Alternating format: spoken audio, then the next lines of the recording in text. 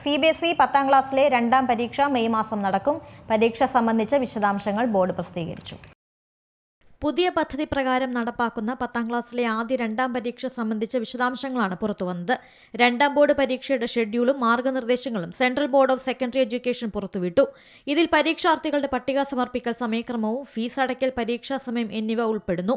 CBSE പുതിയ നയപ്രകാരം ആദ്യമായാണ് 10ാം ക്ലാസ്സുകാർക്ക് വേണ്ടി രണ്ടാം ബോർഡ് പരീക്ഷകൾ നടത്തുന്നത്. മെയ് മാസത്തിലാണ് പരീക്ഷ. തീയതികൾ പിന്നാലെ പ്രഖ്യാപിക്കും. പുതിയ നയം വിദ്യാർത്ഥികൾക്ക് 3 വിഷയങ്ങൾ വരെ പ്രകടനം മെച്ചപ്പെടുത്താം. വിദ്യാർത്ഥികൾ ഒന്നാം ബോർഡ് പരീക്ഷ എഴുതേണ്ടത് നിർബന്ധമാണെന്ന് CBSE വ്യക്തമാക്കിയിരുന്നു.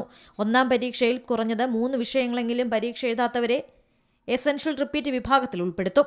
Science, maths, social science, language എന്നിവയിൽ ഏതെങ്കിലും 3 വിഷയങ്ങളിൽ ഇംപ്രൂവ്മെന്റ് ചെയ്യാൻ അനുമതിയുണ്ട്. മെയിൻ പരീക്ഷയുടെ ഫലങ്ങൾ പ്രഖ്യാപിച്ചതിന് ശേഷം വിദ്യാർത്ഥികൾക്ക് രണ്ടാം പരീക്ഷയ്ക്ക് അപ്ലൈ ചെയ്യാവുന്നതാണ്. National desk, C Malayalam news. ഏറ്റവും പുതിയ വാർത്തകളും വിശേഷങ്ങളും വിരൽത്തുമ്പിലറിയാൻ സി മലയാളം ന്യൂസ് എല്ലാ ഡിജിറ്റൽ പ്ലാറ്റ്ഫോമുകളിലും ലഭ്യം.